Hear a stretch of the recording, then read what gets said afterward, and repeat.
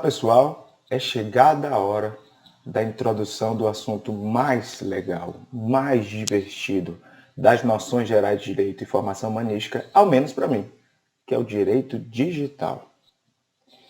Eu sei que muitos de vocês não conhecem, não gostam, acham que é um tema muito difícil. E o que eu fiz para facilitar o trabalho de vocês? Primeiro, saibam que, inevitavelmente, o direito digital vai começar a cair muito em concursos públicos, quaisquer que sejam os concursos, porque nós estamos numa fase de desenvolvimento tecnológico muito grande e de conflitos jurídicos crescentes envolvendo as novas tecnologias, sobretudo as smart technologies e as redes sociais. Então não tem jeito, não tem jeito. E aí eu vou apresentar para vocês, portanto, como é que a gente vai fazer isso aqui, como é que a gente vai aprender esse conteúdo da maneira mais tranquila, sem causar dor, sem causar sofrimento para vocês, certo? Prometo para vocês que vai ser tranquilo, muito tranquilo. Vamos lá, vamos à nossa apresentação de slides. Eu, como sempre, deixo aqui joaolordelo.com, o meu blog, para caso vocês queiram entrar em contato, críticas, sugestões, elogios, etc. Fiquem à vontade. Vocês podem mandar mensagem, dizer, Lordelo, não gostei muito da aula de direito digital, não entendi, poderia explicar melhor isso ou aquilo. Fiquem à vontade.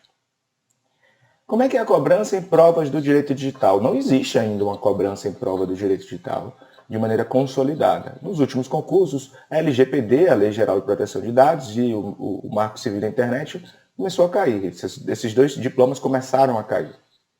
Mas isso vai se intensificar cada vez mais com a cobrança das noções gerais de direito e formação humanística, de forma mais intensa. Qual é a bibliografia recomendada?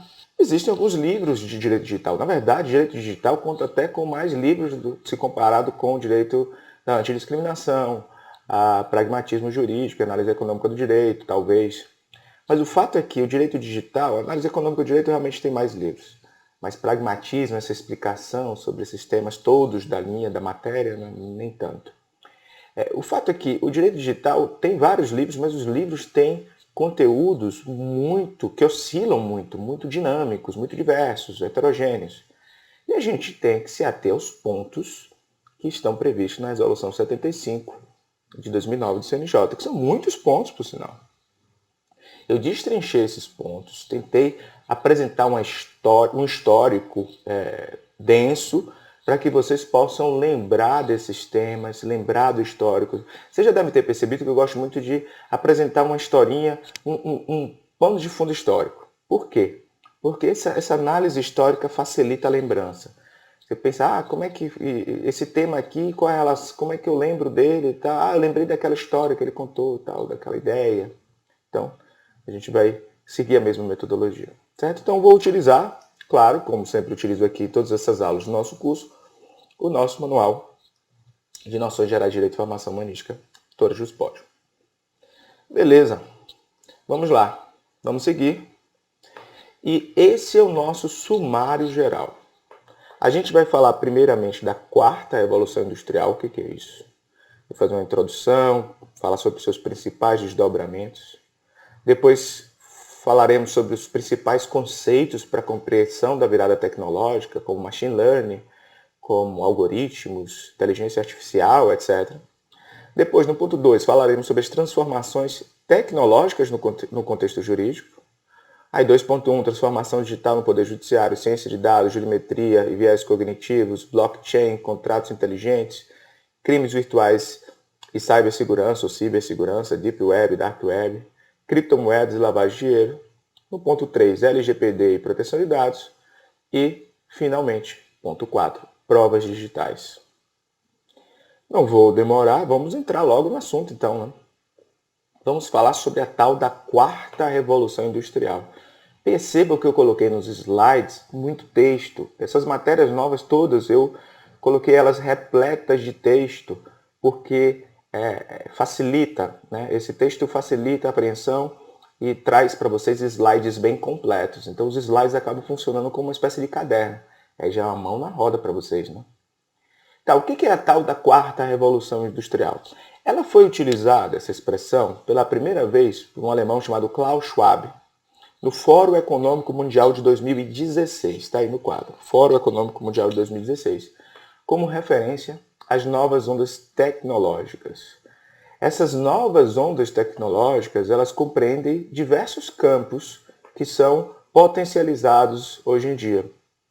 Exemplo das impressoras digitais, impressoras 3D, internet das coisas, que é conhecida em inglês como Internet of Things, inteligência artificial, Big Data e da computação na nuvem. A gente vai falar de cada um desses elementos posteriormente. Eu posso explicar para vocês já a internet das coisas, que é um fenômeno como um exemplo, né? A internet das coisas é isso que a gente vivencia hoje, né? Se você parar para pensar, os seus batimentos cardíacos, a sua digital, a sua íris, a sua temperatura, as suas fotos, o rosto de seus amigos, tudo isso está dentro do seu celular. Né? Por que o rosto de um amigo seu, X, Y, Z? Porque o próprio Google Fotos, por exemplo, tem uma ferramenta de inteligência artificial que reconhece as faces das pessoas e aglomera. Então separa as fotos por pessoas, identifica as pessoas nas fotos. Existem ferramentas de reconhecimento facial.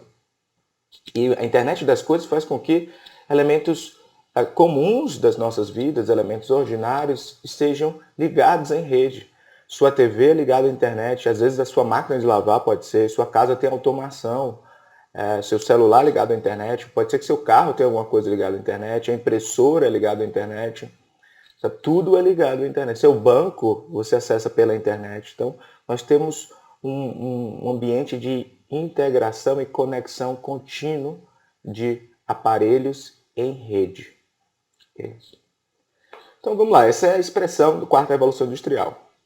Mas para a gente entender essa quarta revolução industrial, a gente precisa entender o que foi a primeira, o que foi a segunda, o que foi a terceira. A primeira revolução industrial ocorreu no século XVIII na Inglaterra.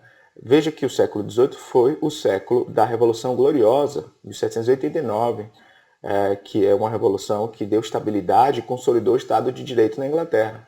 Essa consolidação do Estado de Direito criou um ambiente necessário para a estabilidade também da produção tecnológica, da produção de bens e serviços.